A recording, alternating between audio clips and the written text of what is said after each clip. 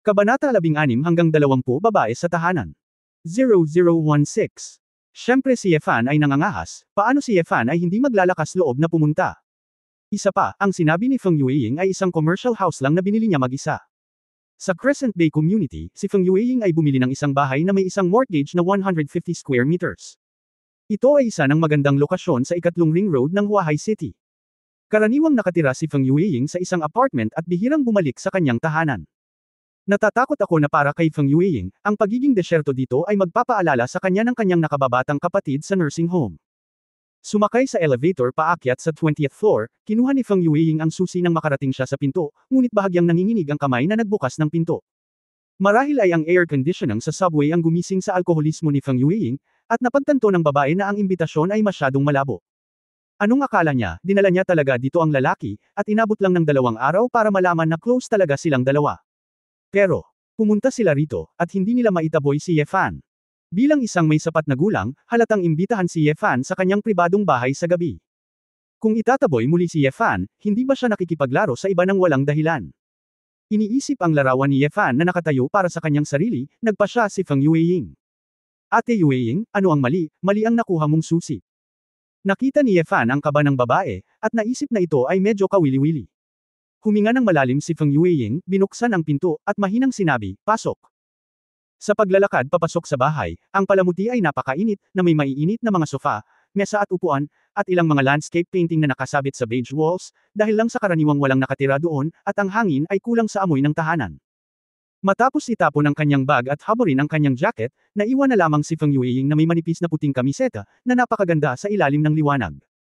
Ang alak ay gumagawa ng amoy ng katawan ng isang babae na napakalakas. Lumingon si Feng Yueying ng maganda, ang kanyang magagandang mata ay kumikislap, ang kanyang mahabang pilik mata ay nanginginig, at siya ay hindi maipaliwanag na kaakit-akit.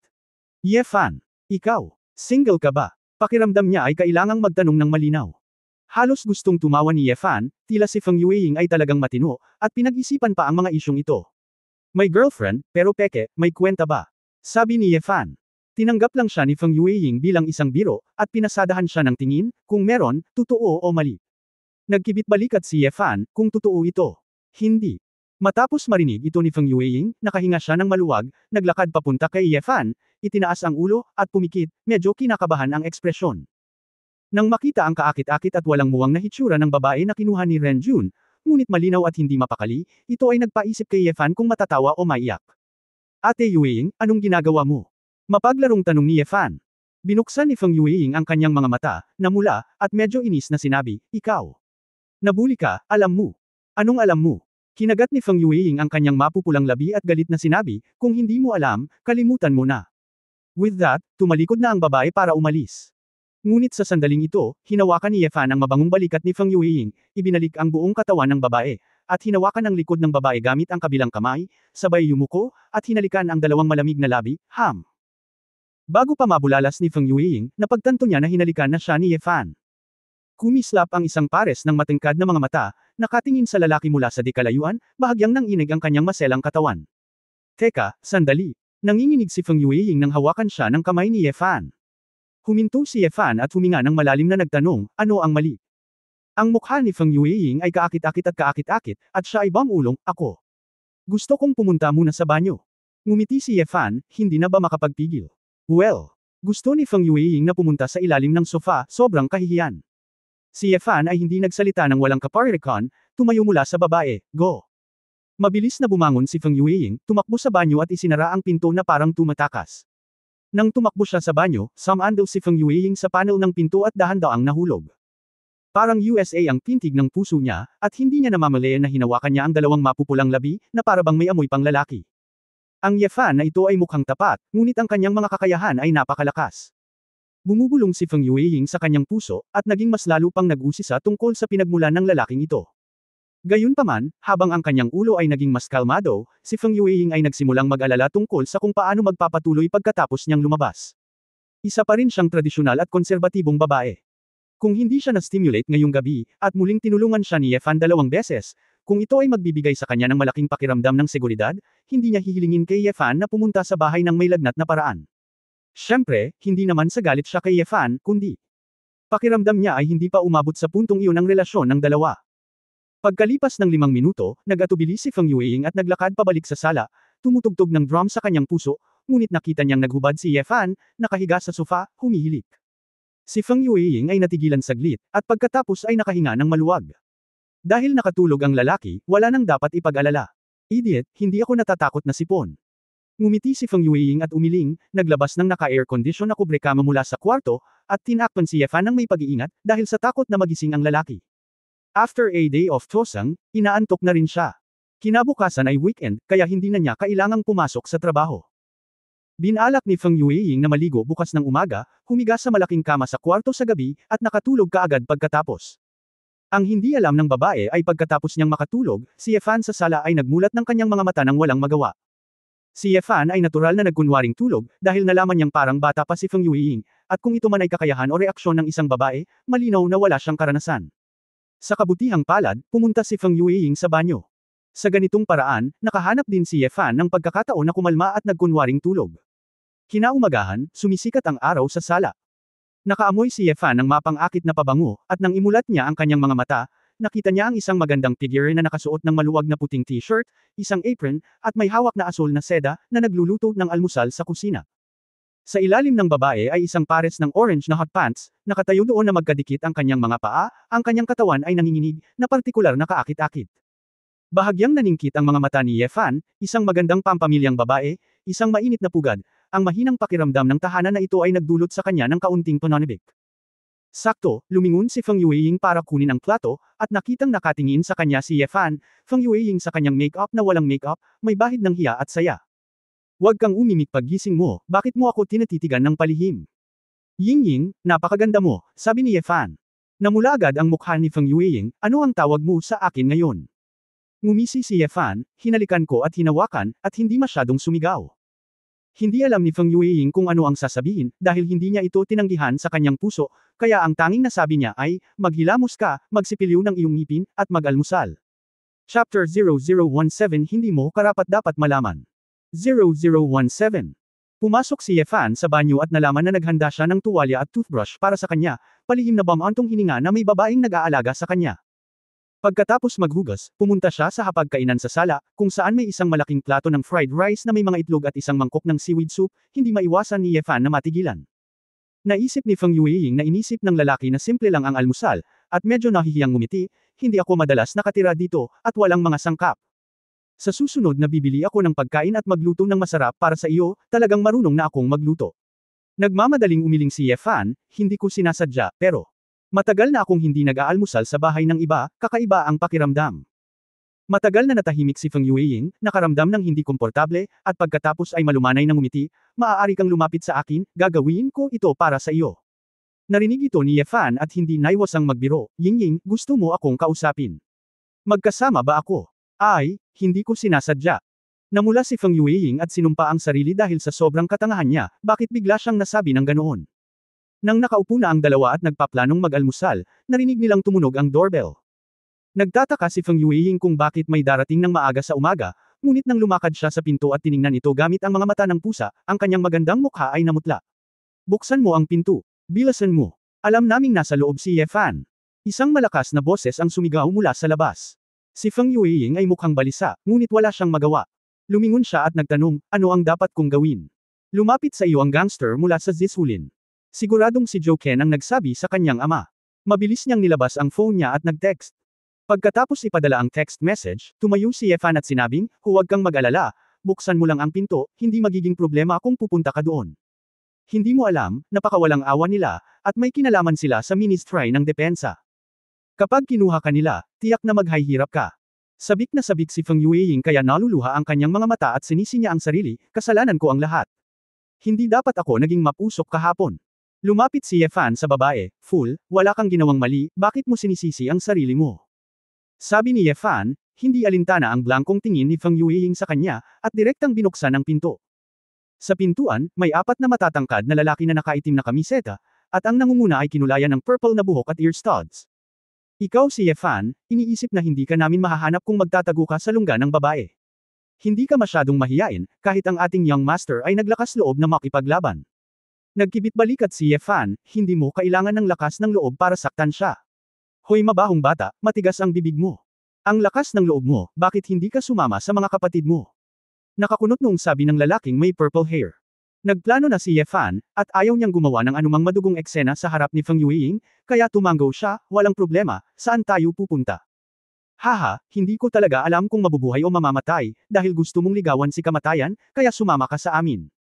Pagkatapos sabihin iyon, lumapit ang dalawang magnanakaw at itinulak si Ye Fan sa elevator. Ang lalaking may purple na buhok ay tumalikod at binyantaan si Feng Yueying, mabaho 38, kung maglakas loob kang tumawag ng pulis. Alam mo ang kahihinatnan. Si Feng Yueying ay nakatayo sa pintuan na walang magawa, bigla niyang nalaman na siya ay talagang inutil, 2 linya ang luha ay tahimik na bumagsak. Nang itulak si Ye Fan sa elevator, nagngangalit si Feng Yueying, alam niyang walang silbi ang pagtawag sa pulis, at malalagay siya sa krisis, ngunit hindi niya mapanood si Ye Fan na inaalis, kaya kinuha niya ang kanyang mobile phone at tumawag ng pulis. Makalipas ang mahigit kalahating oras, dinala si Ye Fan sa isang nightclub ng isang van. Dahil umaga na, walang tao ang tindahan at walang tao. Pumasok si Ye Fan sa ballroom sa unang palapag at nalaman na mayroong higit sa 20 matitigas na thug na nakapalibot, at isang nasa katanghaliang gulang na lalaking may taba ang nakatayo sa tabi ni Joe Ken. Nang makita ni Joe Ken si Ye Fan, agad siyang nagpakita ng nasa sabik at nakakatakot na ngiti, tatay. Itong lalaking ito ang bumugbog sa akin kagabi. Tinawag niya akong rapist. Si Joe Haiyang ay may maitim na balat, nagsusuot ng mga daliri ng jade sa kanyang mga kamay, at may hawak na tabako sa kanyang bibig. Kahit pandak siya, mabangis siya. Kilala mo ba ako? Tanong ni Joe Haiyang, huminga ng usok. Umiling si Ye Fan, hindi ko alam. Saang gang o saang pamilya ka galing? Tanong ulit ni Joe Haiyang. Walang pamilya, walang sekta, walang pamilya, walang pamilya, naalala ni Ye Fan ang mga salita sa mga nobelang martial arts. Ngumiti si Joe Haiyang, kung gayon, mayroon ka bang sama ng loob sa aming Zisulin, o sa aming pamilya Joe? Sinabi ni Ye Fan, kahapon ko lang nakilala ang iyong anak, kaya nasaan ang sama ng loob? Biglang nagdilim ang mukha ni Joe Haiyang, kaya, ikaw ang nanliligaw kay kamatayan. Si Joe Ken sa gilid ay hindi na makapaghintay, sumisigaw, bakit nakatayo ka pa dyan? Pindutin mo siya sa lupa. Hampasin mo siya ng malakas. Itago ang mga itlog niya, hihipan ko siya. Oo, young master. Ang isang grupo ng mga thug ay agresibong sumugod, sabik na habulin ang una, upang makuha ang pabor ng amo. Ngunit sa sandaling ito, isang lumilipad na kutsilyo ang lumipad patungo sa gitna ng dance hall na may matalim na tunog ng paglusob sa hangin na parang kidlat. Ang isang roller lamp ay pinutol ng isang lumilipad na kutsilyo, nahulog mula sa himpapawid, at marahas na nabasag. Klang! Doon! Ay isang pagsabog, at isang grupo ng mga thug ang nagulat, hindi alam kung ano ang nangyari. Si Joe Haiyang, na nakakilala sa may-ari ng lumilipad na kutsilyo, ay agad na nagbago ng mukha at ibinaling ang kanyang ulo upang tumingin sa direksyon ng gate. Presidente! Ano? Nandito na ang presidente. Mukhang nagulat din ang isang grupo ng mga subordinate at magalang na bumati sa kanila. Pasimpleng umakyat si Ning Zimo sa pintuan, na parabang ang buong maluwag na bulwagan ay naging sentro sa kanya, siya ang reyna dito, at walang makakalaban. Pero obviously, noong bumiyahe ang reyna ngayon, nagmamadali siya, kaya casual lang ang suot niya. Nakasuot ng gray na walang manggas na maluwag na damit, na may itim na open-toe na sandals at tsinelas, ang kanyang buhok ay casual na nakalugay, ngunit ang kanyang matikas na ugali ay gumagawa ng mga simpleng damit na mukhang kahangahangang cool. At sa likod ni Ning Zimo, si Zhao Zong lang ang sumunod, ang ekspresyon ni Zhao Zong ay sobrang malungkot. President, bakit bigla kang pumunta dito at hindi ka nag-hello ng maaga? Ngumisi si Joe Haiyang, nakaramdam ng kaunting pagkabalisa. Pagkatapos ng malamig na sulyap ni Ning Zimo sa kanilang mag-ama, dumiretso siya sa gitna ng dance floor, sa harap ni Ye Fan. Isang malalim na pagsisisi at kahihiyan ang bumungad sa mga mata ng babae, at ang kanyang boses ay hindi sapat na kumpiyansa. Ibinaba niya ang kanyang ulo at sinabing, I'm sorry. Hindi ko inaasahan na mangyayari ito. Ang isang grupo ng mga miyembro ng Zisulin Gang na naruroon ay ganap na natulala at hindi maintindihan kung ano ang nangyayari. Si Ning Zimo, ang presidente ng marangal na Zisulin, ang underground na reyna ng Huahai, na may malalim na background at isang misteryoso at marangal na linya ng dugo, ay talagang yumuko para aminin ang kanyang pagkakamali sa isang mahirap na batang lalaki na hindi alam kung saan siya nanggaling. Ngunit ang sumunod na eksena ay lalong nagpasindak sa lahat. Nakita kong iniunat ni Ye Fan ang isang daliri at marahang kinawit ang baba ni Ning Zimo, na parabang isa siyang emperador na nagpapalayaw sa kanyang asawa. Ate Ning, bakit ka humihingi ng tawad sa akin? Binugbog ko ang iyong anak na si Hallmaster Joe, at wala silang ginawa sa akin. Nag-aalalang tanong ni Ning Zimo, ikaw. Hindi ka ba talaga galit sa akin? Oo. Ngumiti si Fan at umiling, sa tingin mo, ay text kita kung talagang galit ako. Gumaan ang loob ni Ning Zimo, ngunit agad siyang lumingon at tinitigan ang mag-ama ng pamilya Joe na may malamig na mga mata. Ang mga lalaking ito ang naging dahilan upang masira ang kanyang imahe sa puso ni Ye Fan. Ilang beses ko nang sinabi na ang mga tao ng Zishulin ay naglakas loob na gumawa ng mali sa likod ko, paparusahan ko sila ng mahigpit. Ang mga salita ni Ning Zimo ay puno ng kamahalan. Nang makita ang kanyang nanginginig na anak, humakbang si Zhou Haiyang na may matigas na ngiti at sinabing, President, hindi ko talaga alam. Kilala mo itong kapatid na si Ye, kung alam mong sarili mong pamilya iyon, hindi magkakaroon ng ganoong hindi pagkakaunawaan. Hehe, sino ang iyong kapatid? Walang pakialam na sagot ni Ye Fan. Kinailangan siyang samahan ni Zhou Haiyang nang nakangiti at nagtanong, President, hindi ko talaga alam na kilala ka nitong Mr. Ye, gusto mo bang ipakilala ako? Blanco ang sinabi ni Ning Zimo, hindi mo karapat-dapat na malaman. Sa katunayan, kahit si Ning Zimo mismo ay hindi alam ang background ni Ye Fan. Alam niya na ang lalaking ito ay talagang hindi isang bagay na maaaring ilagay ni Huahai. Ye Fan, paano mo ayusin ang bagay na ito? Maingat na tanong ni Ning Zimo sa lalaki. Chapter 0018 Yung tipong babae. 0018. Casual na sinabi ni Ye Fan, huwag kang masyadong magulo, huwag mo lang hayaang makita ko ang dalawang ama at anak na ito sa hinaharap. Nang marinig ito, agad na sumimangot si Ning Zimo, tumango at bangulong, ganun ba? Si Zhou Haiyang ay mukhang napahiya at agrabyado na sinabi, President, Mr. Ye, patawarin mo sana ako kung nasaktan kita. Magtatroto ako ng bisita, sabay tayong kumain ng masarap, paano ang paghingi ng tawad? Biglang ngumiti si Ning Zimo, ngunit may bahid ng lamig sa magandang ngiti. Tio Zhou, ikaw ay isang matandang lalaki sa pulong. Noong narito ang aking lolo, ikaw na ang pinuno ng bulwagan. Sa orihinal, sa iyong mga kwalifikasyon, kahit na ipagkanulo mo ako, bibigyan kita ng paraan upang makalabas. Makinig sa puntong ito, tumindig ang balahibo ni Zhou Haiyang sa buong katawan niya, at nabigla siyang nagsabi, President. Ikaw, anong ibig mong sabihin? Gusto mo akong patayin? Nagpanik din ang ibang mga kapamilya ng Zhou at hindi ako nang ahas naniniwala ako na dahil lang sa pag-provoke ni Zhou Haiyang at ng kanyang anak kay Ye Fan, papatayin nila ang isang senior member ng club tulad ni Zhou Haiyang.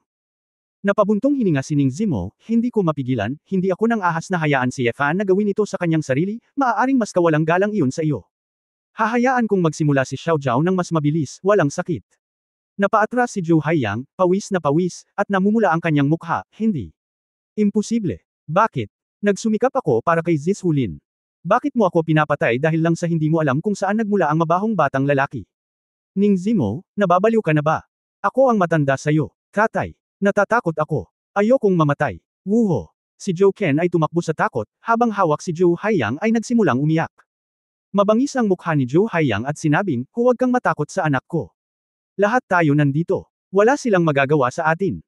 Paglabas natin, ipunan mo ang iba pang miyembro ng gang at sabihin sa kanila na baliw ang babaeng ito, tingnan natin kung ano ang gagawin niya. Said then, sumigaw si Zhou Haiyang, halika mga tao. Harangan silang lahat at protektahan kami mula sa pag-atras. Ang isang grupo ng mga magnanakaw ng pamilya Zhou ay nag-alinlangan sandali, ngunit may ilang tao pa rin ang tumakbo palabas, sinusubukang takpan ang pag-urong ng kanilang Panginoon. Ngunit sa sandaling ito, dalawa lang ang tunog ng suso, at ang dalawang lumilipad na kutsilyo ay dumiretso sa mga kilay ng dalawang tulisan. Bumagsak ang dalawang tulisan sa lupa at hindi mapakali ang kanilang mga mata.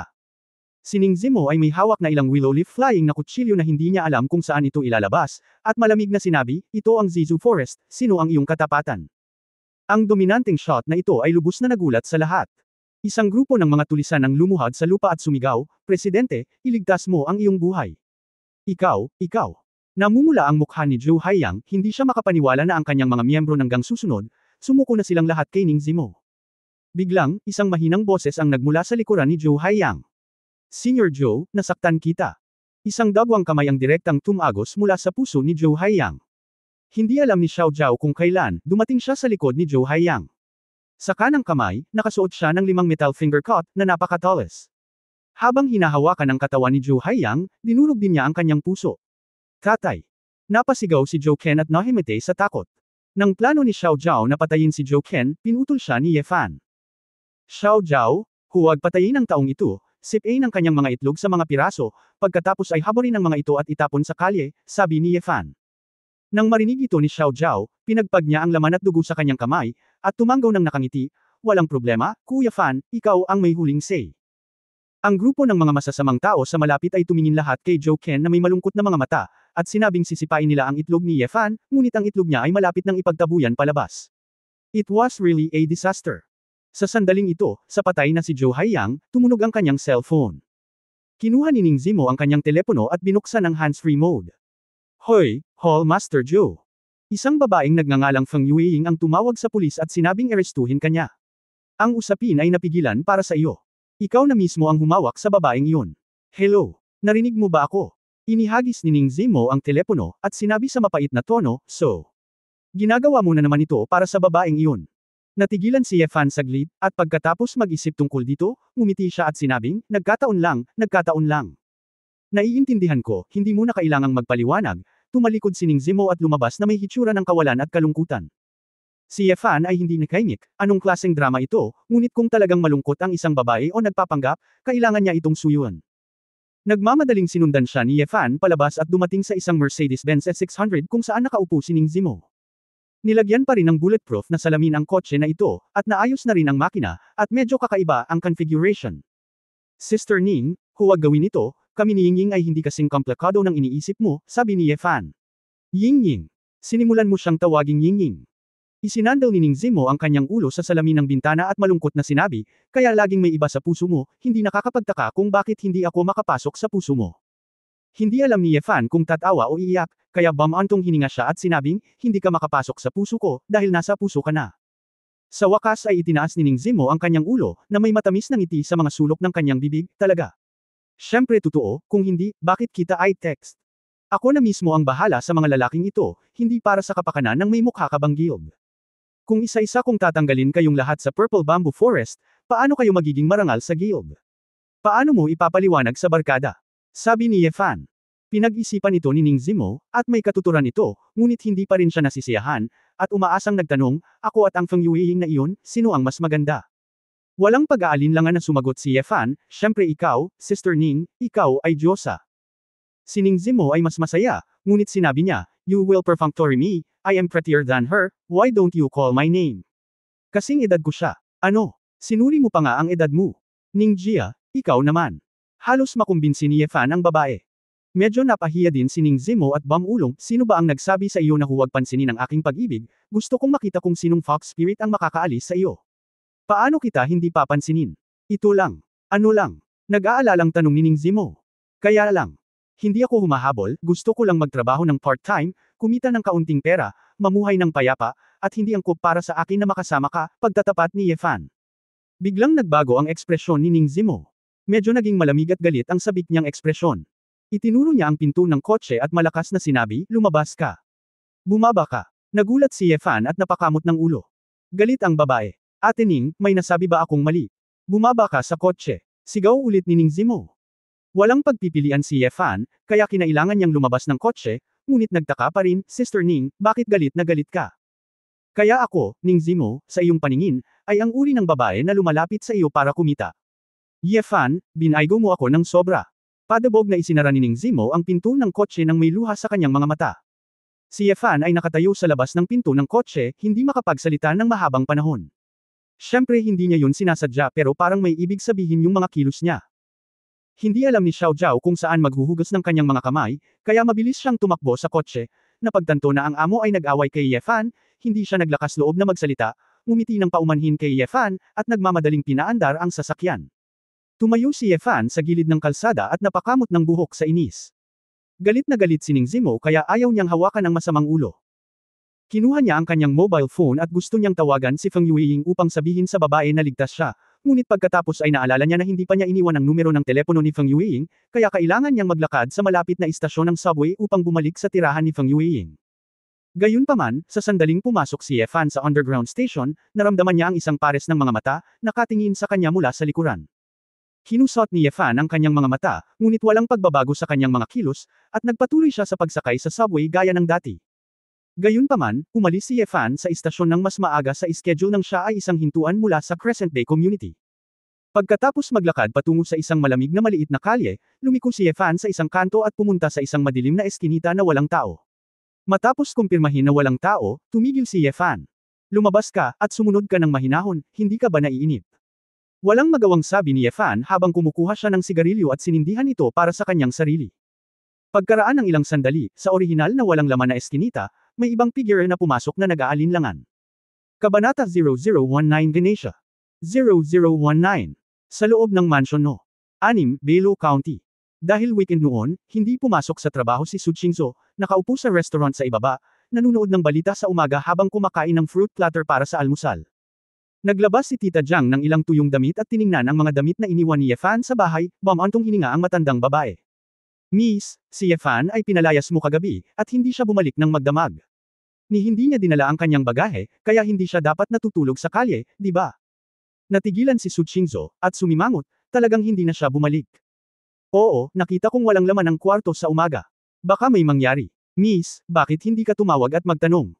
Hindi taglamig sa labas para sa isang malaking tao, kaya hindi ito magiging problema, siguro bumalik siya sa pagtulog sa kanyang lugar. Ayaw ni Su Qingzhou na magkusa na tawagan siya. Saglit na nag-alinlangan si Tita Jiang, at may emosyong sinabi, Miss, huwag mong isipin na ang aking matandang babae ay masyadong nagsasalita. Sinabi sa iyo ni Ye Fan ang tungkol sa matanda kagabi, ngunit ito ay talagang may kinalaman sa kanyang sariling karanasan. Si Su Qingzhou ay mukhang kainahinala. Tita Jiang, ano ang ibig mong sabihin? Miss, ano sa palagay mo, namatay na ang mga magulang ni Ye Fan mula pa noong bata pa siya. Lumaki siya at namuhay mag-isa. Siguradong sabik na siyang magkaroon ng mga biolohikal na magulang. Nakita niyang nag-aaway kayo ng amo nang makita siya. Siguradong hindi maganda ang discord sa kanyang puso, ngunit wala siyang pagkakataong makipag-away kung gusto niyang magkaroon ng ama. Malungkot na sabi ni Tita Jiang. Nanlaki ang magagandang mata ni Su Qingzhou, at pagkaraan ng ilang sandali ng pagkagambala, Tita Jiang, sabi mo. Ulila na siya. Sa pagkakataong ito, naguluhan si Tita Jiang, bakit, Miss, hindi mo alam? Kinagat siya ni Su Qingzhou. Kinagat ang kanyang ibabang labi, ang masalimuot na emosyon ay sumili sa kanyang mga mata, at nang maalala niya ang sinabi ni Ye Fan kagabi, bigla siyang may naintindihan. Hayaan akong tumawag at magtanong. Kinuha ni Su Qingzhou ang kanyang telepono at idinagdag, liwanagin mo muna, ito ang hiniling mong tawagan ko, Tita Jiang, wala itong kinalaman sa akin. Nang marinig ito ni Tita Jiang, tinakpan niya ang kanyang bibig at ngumiti, pinaikit ang kanyang mga mata at sinabing, oo, iyon ang ibig kong sabihin, Miss, marami ka talagang matatanda. Noon lamang naglinis ng lalamunan si Su Qingzhou at nag-dial ng telepono. Hindi nagtagal ay nakakonekta ang telepono, sinubukan ni Su Qingzhou ang kanyang makakaya na tanungin ang kanyang sarili sa mahinang tono, nasaan ka? Sa labas, napakalamig na sagot ni Ye Fan. Siyempre alam kong nasa labas ka. Galit na sinabi ni Su Qingzhou, tinanong ko kung nasaan ka ngayon. Sa halip ay nagtanong si Ye Fan, ano ang problema? Sumimangot si Su Qingzhou, gusto niyang alalahanin ang lalaki kagabi kung saan matutulog, ngunit ang walang malasakit na tono ni Ye Fan ay nagtulak sa kanya na direktang isuko ang ideyang ito. Wala lang, magtanong ka lang. Ibaba ko muna ang tawag kung wala lang. Bago pa makapagsalita si Su Qingzhou, ibinaba na ni Ye Fan ang telepono. Unti-unting nanlamig ang magandang mukha ng babae, inihampas niya ang kanyang telepono sa mesa, kumuha ng tinidor at sinaksak ito ng malakas sa isang piraso ng cantaloupe, na parabang may sama ng loob sa piraso ng melon na iyon. Tita Jiang, hayaan mo siyang mag-isa, hayaan mo siyang umalis. Walang magawa ang matandang babae sa gilid. Kung alam niya ito, mas mabuting huwag na lang itong tawagan sa telepono. Sa eskinita, ibinalik ni Ye Fan ang telepono sa bulsa ng kanyang pantalon, huminga, at sinulyapan ang maitim na balat, payat na lalaki sa kanyang harapan. Ang lalaking ito ay nakasuot ng ordinaryong kasuotan sa kalye, na may isang tirentas ng buhok at may tuktok na sombrero. Sa pagtingin sa outline ng kanyang facial features, alam niyang hindi siya Chinese. Paano ako nahanap ni Mr. Ye? Nag-Ingles ang lalaki na may bahid ng pagdududa sa mga mata. Naniniwala siya na ang kanyang mga kasanayan sa pagsubaybay ay napakahusay, at siya ay sumusubaybay lamang sa maikling panahon na siya ay nakita. Hinugot ni Ye Fan ang kanyang sigarilyo at walang ekspresyong sinabi, ikaw. Ikaw, tama. 3 beses ka nang nagpalit ng mga stalker sa kabuuan, kasama ka, isang babae at 2 lalaki, na may mga accent mula sa rehiyon ng Sama ng Pilipinas. Kung nabasa ko ng tama ang tato sa likod ng iyong kamay, at ang ulo ng agila sa iyong kamay, ikaw ang bounty hunters ng B-level na organisasyon na Monkey Eating Eagle. Ang lalaking may tinirintas na buhok ang kalahating bamuka ang bibig. Matapos matigilan sandali, ngumiti siya ng mapait, parang kakaiba talaga si Mr. Ye. No wonder naging kaibigan niya si Dr. Ganesha. Nang marinig ang pangalan ni Ganesha, si Ye Fan ay karaniwang hulaan ang intensyon ng kabilang partido, same time niyang sinabi, wala akong pakialam kung ano ang gusto niyong mga agila na kumakain ng unggoy, hindi ninyo ako dapat mahanap dito. Ngumiti si Mendo, hinahanap ng aming organisasyon si Dr. Ganesha sa buong mundo, tulad ng sa laboratorio ng Head God, mayroong isang piraso ng impormasyon na address ng Huahai City, kung saan ka nakatira sa apartment. Ang address na sinasadyang maalala ni Ganesha ay dapat na isang taong partikular na pinapahalagahan niya, Mr. Ye, alam mo ba kung nasaan si Ganesha? Sumimangot si Ye Fan, nag-iwan pa rin ng ganoong mga pahiwatig ang puno ng elepante na ito, sana'y mas mabuti na ang unggoy na agila ay hindi nagpakalat ng ganitong uri ng impormasyon. Patay na siya, hindi ito lihim, sabi ni Ye Fan. Saglit na natigilan si Menduo, pagkatapos ay naisip ito, iyon ang sinabi niya, ngunit siya ay Ganesha. Kaya, lahat ay posible. Uulitin ko, patay na si Ganesha. Medyo naging matindi ang tono ni Ye Fan, at nanlamig ang kanyang mga mata. Lumunok si Menduo ng hindi malay, isang hindi nakikitang presyon na nagpasimulang manigas ang kanyang katawan. Sino ba naman itong lalaking ito? Nagsimulang tumambal ang puso ni Menduo. Pagkatapos ng lahat, ang mga mangangaso ng bounty na naglalakad sa linya ng buhay at kamatayan ay may matinding pakiramdam ng krisis. Kung gayon, maaari ko bang itanong, alam ba ni Mr. Ye kung saan iniwan ni Dr. Ziyang ang Ankh bago siya namatay? Si Menduo ay nangahas na magtanong ng pansamantala. Malumanay na sinabi ni Ye Fan, isang bagay na hindi pa nakikita ng sinuman, ito ay isang ethereal na chismis. Isang misteryosong kaibigan ang nagpapanatili nito, tiningnan ni Menduo ng mabuti ang mga mata at ekspresyon ni Ye Fan, sinusubukang malaman ang isang bagay. Gayunpaman, ang mukha ni Ye Fan ay kalmado, medyo naiinip lang. Nilinaw ko na, bibigyan lang kita ng 5 segundo para makalabas, 5. 4. Sa sobrang takot ni Menduo ay tumibok ang kanyang puso, inikot niya ang kanyang ulo at agad na binitawan ang kanyang mga paa at tumakbo palayo. Sa isang kisap mata, si Menduo, na lumakad na parang hangin, ay tumakbo na sa malayong blok na ito. Matapos hamay-hit ng sigarilyo, natapakan ni Ye Fan ang upos ng sigarilyo, isang kislap ng pagbabago at kawalan ng kakayahan ng sumilay sa kanyang mga mata, at bamulong sa kanyang sarili, ilong ng elepante, sinabi mong patay ka na, at iniwan mo ako ng napakagulo. Umiling si Ye Fan at bamantong hininga. Bagamat akala niya ay mahahanap na siya, hindi niya inaasahan na ganoon kabilas ang pangyayari. Ito ay sanhi ng isang tao na nag-iiwan ng isang address doon. Noong una, gusto kong maging isang maliit na aso at kumita ng pera. Si Xiao Chen ay namuhay ng tahimik. Ngayon, tila ang hiling na ito ay maaaring walang kabuluhan. Hindi malulutas ng mababang profile ang problema. Si Kuya Ba ay alitaptap sa madilim na gabi. Napangiti si Ye Fan sa kanyang sarili. Siya mismo ay hindi natatakot na masangkot muli sa ilang mga hindi pagkakaunawaan. Natakot ako na baka may mga desperado na nagkukunwari na titigan ang mga taong nakapaligid sa kanya, kaya hindi maiwasang medyo mag-alala ako. Sa pag-iisip tungkol sa iba't ibang bagay, nagpatuloy si Ye Fan sa paglalakad patungo sa bahay ni Feng Yueying. 2 blok ang layo, sa loob ng isang maliit na puting kotse, si Mendo at 2 pang mangangaso ng bounty na kumakain ng unggoy, nakasimangot na nag-uusap. Anong sabi mo? Matagal na ba niya tayong nakita? Tanong ng isang babaeng magarbong manamit. Mukhang ordinaryo ang lalaking ito. Baka kusa siyang nagyayabang para takutin ka. Hulaan ng isa pang matabang lalaki. Umiling si Mendo at mapait na ngumiti, imposible, talagang master ang taong ito. Pagkatayo ko sa harap niya, hindi na ako naglakas loob na huminga, at halos matali ang dila ko nang magsalita ako. Halata na nakatayo siya doon na may mga depekto sa kanyang buong katawan, ngunit naramdaman kong hindi ko siya kayang talunin.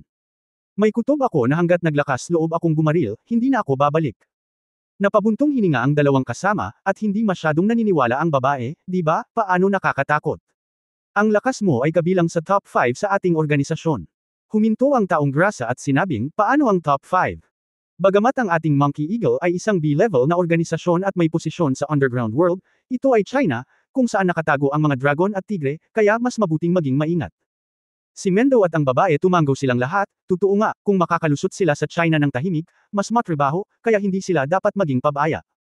Nagpatuloy si Fatty, naniniwala ako sa mga salita ni Menduo, tiyak na hindi normal na maging kaibigan si Ganesha, dapat siyang maging isang master. Sumuko ka na lang ba? Hindi madaling hanapin ang impormasyon ni Ankh muna, Kapitan. Dahil nagtiwala kami sa amin kaya kami naparito upang gawin ang gawain ito at hayaan ang iba na harapin ito. Nakakahiya sa amin. Kami ay mga mangangaso ng bounty. Ibibigay ba natin ang ganoon kalaking cake? Ayaw ng babae. Hinawakan ni Menduo ang kanyang baba at bamulong, bagaman maaaring mas magaling siya sa atin, siya ay isang sosyal na tao kung tutuusin, at maaaring marami siyang tanikala sa paligid niya. Narinig ko siyang tumawag ng isang babae ngayon lang, marahil. Maaari natin siyang imbestigahan. Mga tao sa paligid ko. Nang marinig ito ng babae at ng matabang lalaki, tahimik silang tumango. Kabanata 0020 inihayag ang pagkakakilanlan. 0020. Bumalik si Ye Fan sa tirahan ni Feng Yueying sa Crescent Moon Bay at pinindot ang doorbell. Hindi nagtagal, binuksan ni Feng Yueying ang pinto, at ang babae ay parehong masaya at nagulat nang makitang ligtas si Ye Fan na nakatayo doon. Ye Fan, wala naman silang ginawa sa'yo di ba? Nasugatan ka ba? Lumingon si Ye Fan, ibinuka ang kanyang mga kamay at nakangiting sinabi, sa tingin mo ba ay mukhang nasugatan ako? Nakahinga ng maluwag si Feng Yueying at tinapik-tapik niya ang kanyang dibdib, pumasok ka kaagad at sabihin sa akin kung ano ang nangyayari. Nababahala ako sa bahay, at hindi ko alam kung ito ay magpapatalo sa sarili pagkatapos tumawag ng pulis. Nakaramdam si Ye Fan ng init sa kanyang puso. Tumawag si Feng Yueying sa pulisya, ngunit talagang nakikipagsapalaran siya. Kahit na ano, ito ay isang piraso ng puso. Pagpasok sa sala at pag-upo sa sofa, si Yefan ay casual na gumawa ng dahilan, sinabing tutulong ang mga tao mula sa Defense Bureau, at pagkatapos na bigyan ng babala ang pamilya Zhou at ang kanilang anak, hinayaan nila siya. Matatakot si Feng Yueying na sabihin ang mga madugong bagay na iyon, ngunit naramdaman ni Yefan na hindi ito kailangan. Talaga, akala ko walang silbi ang tumawag ng pulis. Mukhang maganda ang batas at kaayusan sa Huahay. Sinabi ni Feng Yueying na may pag-aalala, Yefan, huwag kang maging mapusok sa hinaharap. Alam kong mayroon kang ilang mga kasanayan, at maaari ka ring lumaban. Ito ay kamanghamanghang, ngunit ang ilang mga bagay ay lilipas kung magtitiis ka ng kaunti. Maraming tao sa lipunan ang desperado, at hindi na kailangang makipag-away sa kanila. Nakangiting tumingin si Yefan sa babae, Yingying, masyado kang nagmamalasakit sa akin, nai-inlove ka ba sa akin? Biglang namula si Feng Yueying, dinampot ang isang unan sa sofa at inihagis ito, galit na sinabi, ano ang iniisip mo? Hindi ba normal para sa akin na magmalasakit sa iyo? Nang makita ang mahiyaing hitsura ng babae at ang kanyang kaakit-akit na mukha, nakaramdam ng pangangati si Yefan, dahil matagal na siyang hindi nakikialam sa isang babae, bihirang makatagpo ng ganoong klaseng tao. Isang light mature na babae, eksakto kung ano ang gusto niya. Hinawakan ni Yefan ang malambot na katkan ni Feng Yueying, kinaladkad siya mula sa kabilang bahagi ng sofa patungo sa kanyang dibdib, at nontog sa kanyang dibdib. Oo, humiyaw si Feng Yueying, at nang tumingala siya, nalaman niyang nakatingin sa kanya si Yefan na may nagniningas na mga mata. Ikaw, nakipaghalikan na ng mariin si Yefan bago makapagsalita ang babae. Hey, salamat sa mahusay na kasanayan ni Yefan, mabilis na uminit ang maselang katawan ni Feng Yueying, at naramdaman niyang kakaiba na siya at medyo mahirap pigilan. Gayunpaman, ang kanyang tradisyonal at konserbatibong personalidad sa kanyang puso ay nagpapanatili pa ring matino kay Feng Yueying. Marahan niyang itinulak palayo si Yefan, kumikinang ang maganda niyang mga mata, at mahinang sinabi niya, Yefan, huwag kang ganyan, matagal na tayong magkakilala. Pero wala tayong masyadong alam, at least kailangan nating magkaroon ng lehitimong relasyon. Well, tumigil din si Yefan sa kanyang mga galaw, nakaramdam ng kaunting awa sa kanyang puso, gayon din, si Feng Yueying ay hindi isa sa mga babaeng naglaro sa ibang bansa noong nasa ibang bansa siya, para sa mga babaeng iyon, ang usapin ng lalaki at babae ay entertainment, at ito ay katulad ng pagkanta at pagsayaw. Ngunit iba si Feng Yueying. Nadama niya na ito ay isang napakasagrado at solemn na seremonya, at hindi niya ito madaling ibigay sa unang pagkakataon. Pasensya na, Yingying, masyado akong walang ingat, hindi ko nagagawin sa susunod. Binitawan ni Yefan ang babae at pinigilan ang apoy nito. Nang makitang iginagalang ni Yefan ang kanyang sariling mga iniisip, nakaramdam ng labis na kasiyahan si Feng Yueying, pagkatapos ng lahat, ipinakita nito na nagmamalasakit si Yefan sa kanya.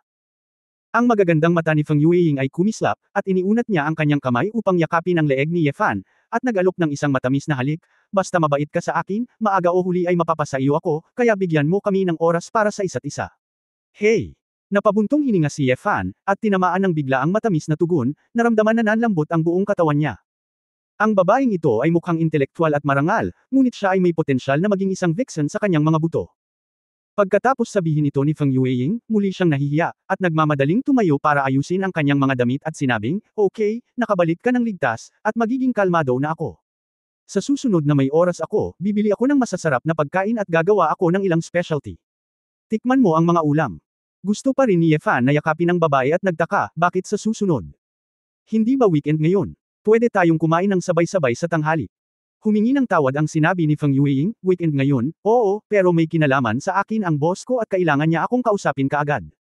Nag-alala ako sa iyo. Ngayong okay ka na, kailangan kong lumabas kaagad. Ayan na. Sige, aalis na rin ako. Naalala ni Yefan na tinawag siya ni Su Qingso para hanapin siya. Nagkataong nasa Belo County din ang kanyang bag ng kasangkapan. Pagwawalis ng pinto, hindi mawawala ang taong kumakain. Si Feng Yueying ay nagmamay-ari ng isang pulang Audi S3, na nagkataong nakaparada sa Crescent Bay.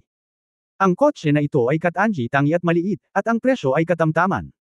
Akma ito sa ugali ni Feng Yueying bilang executive ng kumpanya. Nakatira lang siya sa isang apartment at napakalapit sa kumpanya kaya hindi siya masyadong nagmamaneho.